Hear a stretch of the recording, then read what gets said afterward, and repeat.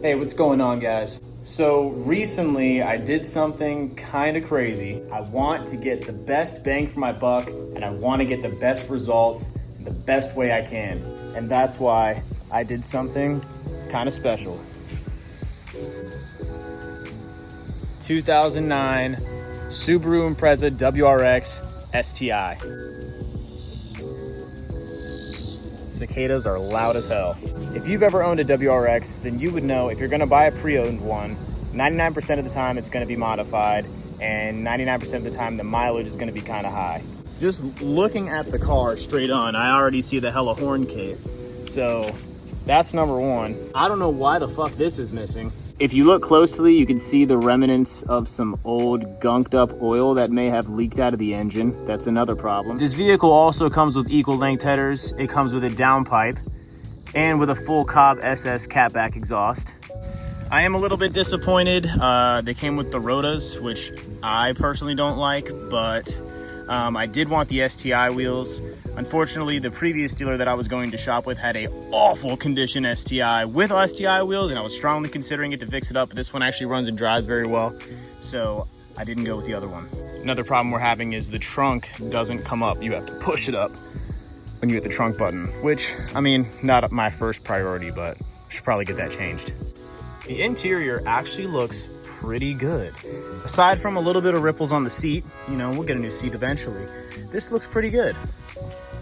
They already had an access port in the car, so I mean, it's kind of cool. It's already plugged in and routed, and I can just throw it right up here. That's sweet. But I would prefer that this never had an access port. It had never been tuned, but it is what it is. It's kind of impossible to find.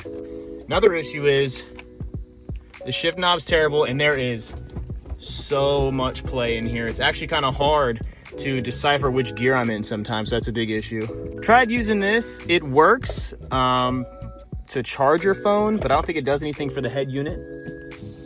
If you look at the engine, it's actually not too dirty. I will probably get my leaf blower and clean this up and then spray it down and all that good stuff. It does have a Cobb bypass valve, not a blow-off valve. I'm actually very lucky to get that. Certain caps we can replace. The intercooler has definitely seen better days. I think an upgraded one might be a good idea.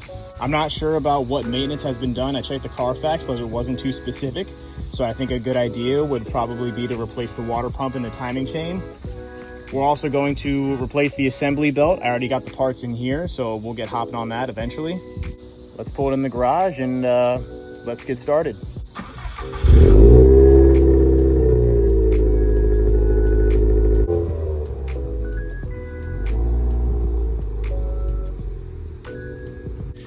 First thing I'm gonna do is put a cover over this fog light bezel. I'm eventually going to put the STI fog lights in, but this will do for now.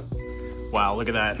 Already the first like 20 seconds of doing anything, it already looks 50 times better. I don't know why the person before me screwed this on for some stupid ass reason. It comes with clips you just push in. I'll probably end up just replacing this one because it has holes in it. So we got that out the way. Let's take this access port, hook it up to the car, and let's see what tune is on it and report it back to D-Man. On my last two cars, I've had a gray faceplate for the access port, so I'm gonna put the black one on this time. I think I like the idea of making the interior pretty dark, so I'll also be tinting the windows at some point. All right, here we go. Man, what the fuck? I guess we'll check back in once this reads. I've downloaded a snapshot of the car's ECU, so I'm gonna pull that up on my access port manager. But before that, let's just do something for fun a little bit. There ain't nothing wrong with cleaning your pipe. Hey, look how pretty those are. Belt and alternator cover, and you have the radiator shroud cover.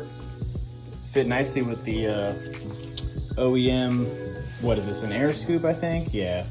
So we actually do have the Cobb SF intake.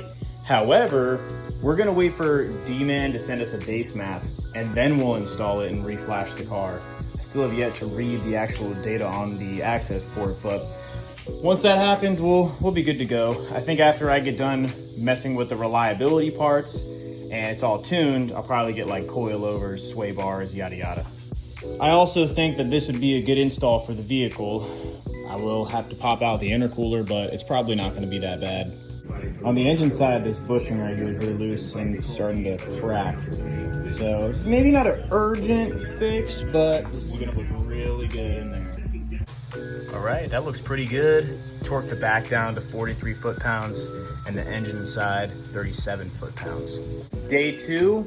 So what we're gonna do today is install the Cobb SF intake. The kiddo to a festival right now with face paint and balloons and stuff. So when I get back, I'll be sure to get started. Is it from the hose or the, I think it's coming from the cap. Oh, it's not even all the way pushed in. There we go. No wonder it was leaking down there, press.